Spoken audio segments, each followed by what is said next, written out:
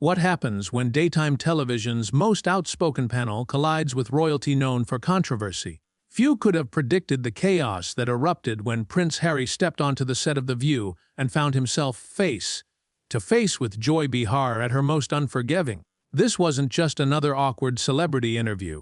It became a full-blown on-air implosion that left producers scrambling and viewers glued to their screens in disbelief. What was meant to be a routine appearance promoting Prince Harry's latest charitable initiative quickly spiraled into one of the most explosive confrontations in daytime TV history. The tension was unmistakable from the moment he walked onto the set.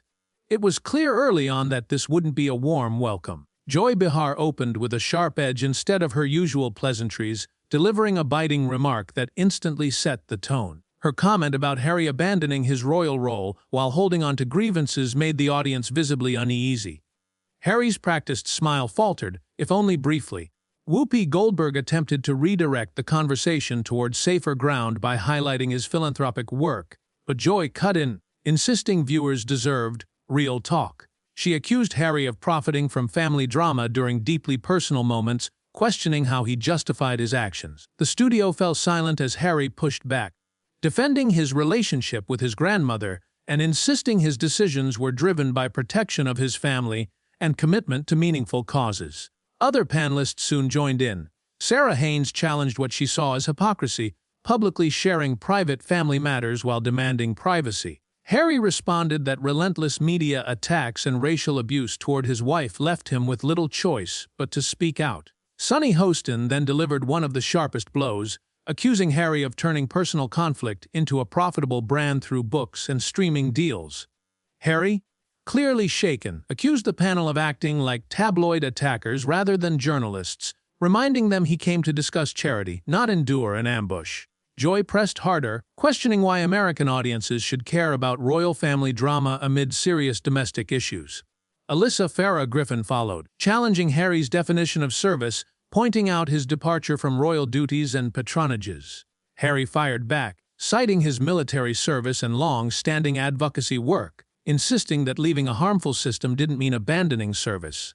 As the exchange escalated, Joy accused Harry of being trapped in a cycle of grievance and victimhood, asking when he would finally move on. Harry's composure visibly deteriorated. His frustration boiled over as he accused Joy of judging experiences she could never understand, describing the toll of constant scrutiny, threats, and impossible choices. Whoopi attempted once again to calm the situation, but Joy refused to let up, criticizing Harry for publishing tell-all accounts and then acting surprised by public backlash. The audience sat in stunned silence as producers desperately tried to intervene. Harry accused the media of thriving on sound bites and ambush tactics, blaming that culture for the suffering endured by his mother. The mention of Princess Diana hardened Joy's tone further. She warned him not to use his mother's legacy as a shield, arguing that Diana faced genuine persecution without the financial safety nets Harry enjoys today. That was the breaking point. Harry's demeanor shifted completely. His quiet but furious response stunned the room as Joy coolly doubled down, contrasting what she called real struggle with manufactured victimhood. The atmosphere became suffocating. Harry's hands shook, his face flushed, and even the panel seemed unsure they had gone too far. Then, abruptly, Harry stood up, his chair scraping loudly against the floor. He declared he would no longer sit through the attack. The cameras kept rolling as his restraint finally shattered, setting the stage for what would become one of the most talked about television moments of the year. What followed would spark a media firestorm and leave the studio in stunned silence. Prince Harry had reached his breaking point, and there was no turning back. "Let me tell you about manufactured victimhood, Joy," Harry snapped. "It's sitting comfortably in a studio, making millions off other people's pain, pretending to be a moral authority while never facing a single real hardship outside a privileged bubble." The audience gasped. Joy's mouth fell open. She clearly hadn't expected such a direct counterattack. But Harry wasn't finished. Years of bottled-up anger poured out, unstoppable now. "You talk about my mother as if you knew her," he continued, "as if you understand what she endured. You don't know what it's like to watch your mother hunted by photographers, to see her crying alone because the press wouldn't leave her alone, to learn she died because those same people chased her through a tunnel in Paris." Whoopi desperately tried to interrupt, attempting to regain control of the show, but Harry cut her off, his voice booming across the studio. "No, I'm done being polite. I'm done sitting here while my family, my wife, and my choices are attacked. You want the real Harry. This is him." Sarah Haynes shifted uncomfortably, her earlier confidence evaporating.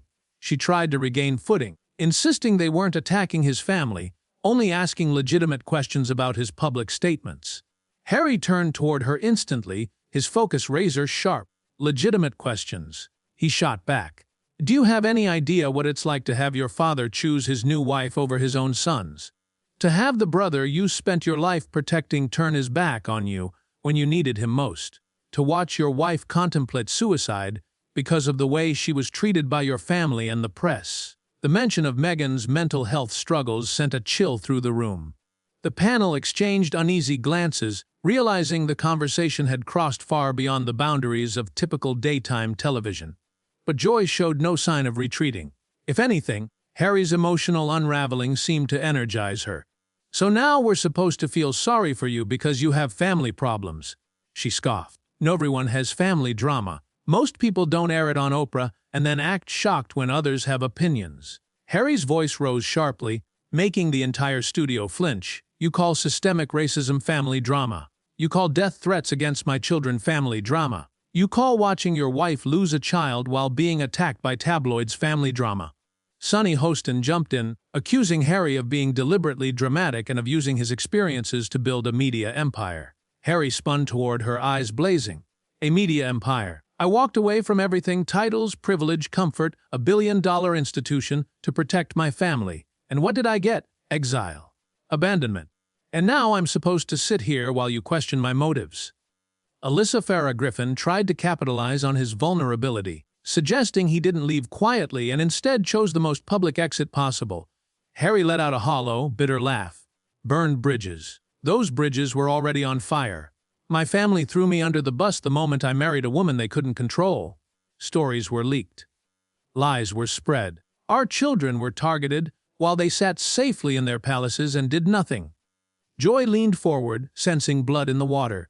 "So it's everyone else's fault. Your family, the press, the institution, everyone but you and Meghan." The question hung heavy in the air. Harry stood there shaking, sweat visible despite the studio's cold air. Millions watched as a prince unraveled live on television. "You know what I believe," Harry said quietly. His voice dropped so low it was almost more frightening than his shouting. "I believe you are exactly what's wrong with this industry. You pretend to care about serious issues, but really you tear people down for entertainment. You're no different from the tabloids that killed my mother." The comparison landed like an explosion.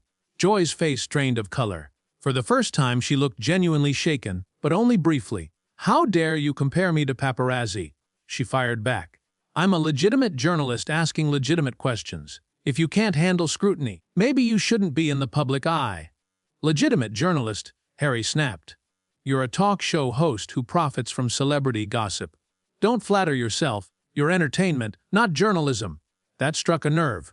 Joy's temper finally erupted as she reminded him of her decades-long career, her interviews with presidents, her coverage of wars. Harry laughed bitterly. "Tell questions. That's what you call character assassination. This was an ambush from the moment I walked in. You didn't invite me to talk about charity, you invited me for ratings." Whoopi made one last attempt to shut it down, urging everyone to step back. Harry cut her off again, his restraint completely gone. "I'm tired of stepping back. I'm tired of being polite while my family is attacked. I'm tired of pretending this is normal or acceptable." Sarah tried again, insisting they were simply asking him to account for his public actions. Harry's voice cracked. "Account for what?" "Protecting my wife from racism.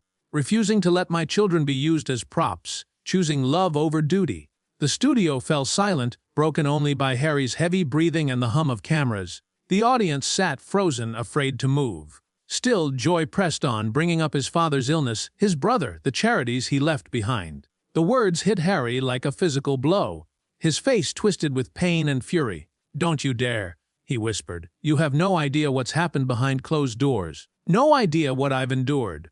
Joy challenged him to finally explain, demanding details, demanding justification for abandoning centuries of tradition. Harry stood shaking, rage coursing through him as the cameras captured every second. Then something shifted.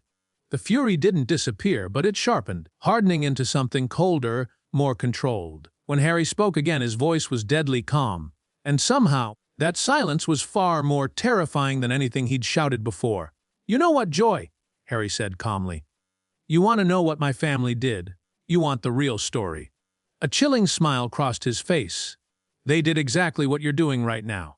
They sat around a table just like this one and decided that tearing me down mattered more than the truth. They chose protecting their precious institution over protecting their own flesh and blood." The studio fell into an eerie silence. Even Joy seemed momentarily stunned by the sudden shift in Harry's tone. But he wasn't finished. "And here's the difference between them and you," he continued, his voice growing steadier. "They're my family. They're supposed to love me, support me, protect me. You're just a talk show host chasing ratings, willing to destroy anyone who sits in that chair if it helps your numbers." Joy tried to interrupt, but Harry cut her off with a single gesture, pure authority. "No, you've had your turn. Now it's mine." He turned to the rest of the panel, his posture straightening, suddenly every inch the prince he had been raised to be. "You invited me here under false pretenses. You told my team this would be about my charitable work, about causes I care deeply about. Instead, you spent half an hour trying to humiliate me on national television." Sarah Haynes shifted uncomfortably and attempted to object, but Harry's gaze locked onto her. "Sarah, you came prepared with talking points designed to make me look hypocritical. Sonny, you had statistics ready to undermine my credibility. Alyssa, you brought quotes meant to paint me as ungrateful. And Joy, you had your mind made up about me before I even walked through that door." Whoopi tried to defend the panel, insisting these were legitimate questions people were asking. Harry let out a bitter laugh. "Legitimate questions or tabloid tactics? Because this feels exactly like being interrogated by the same people who made my mother's life hell." The mention of Princess Diana sent a chill through the room, but this time it felt deliberate, controlled. "My mother sat through interviews like this," Harry continued. "She tried to tell her truth, to explain her side, and what happened? Her words were twisted. Her pain was turned into entertainment, and now you're trying to do the same thing to me." Joy finally spoke again, dismissing his reaction as overly dramatic. Harry's response was sharp but restrained. "I've been answering questions about my life since I was a child, since my mother died. I've answered questions about my service, my relationships, my family, my choices for decades. What I won't accept is being ambushed by people who decided I was guilty before I ever sat down." The power in the room shifted. Harry was no longer defensive.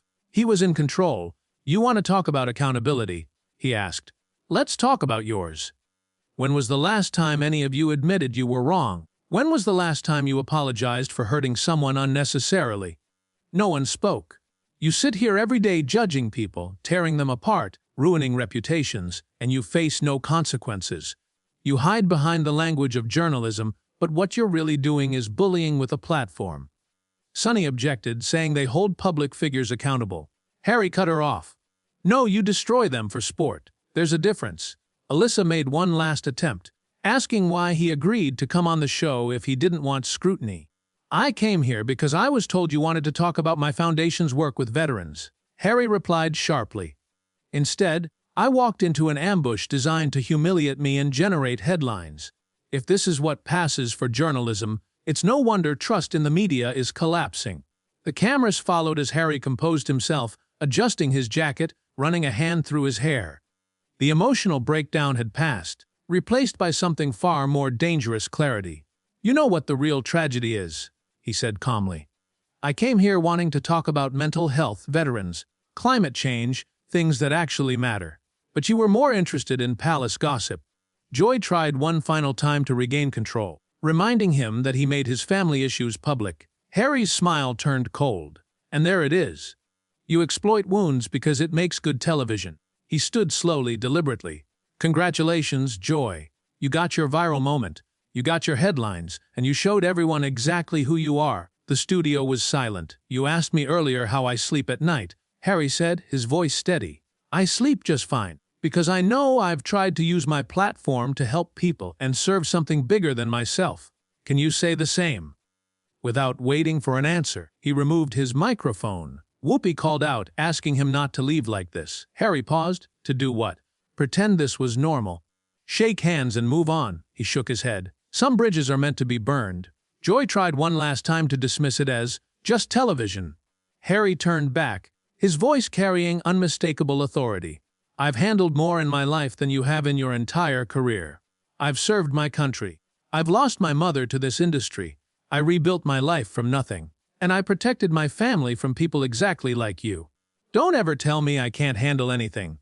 He dropped the microphone and walked toward the exit.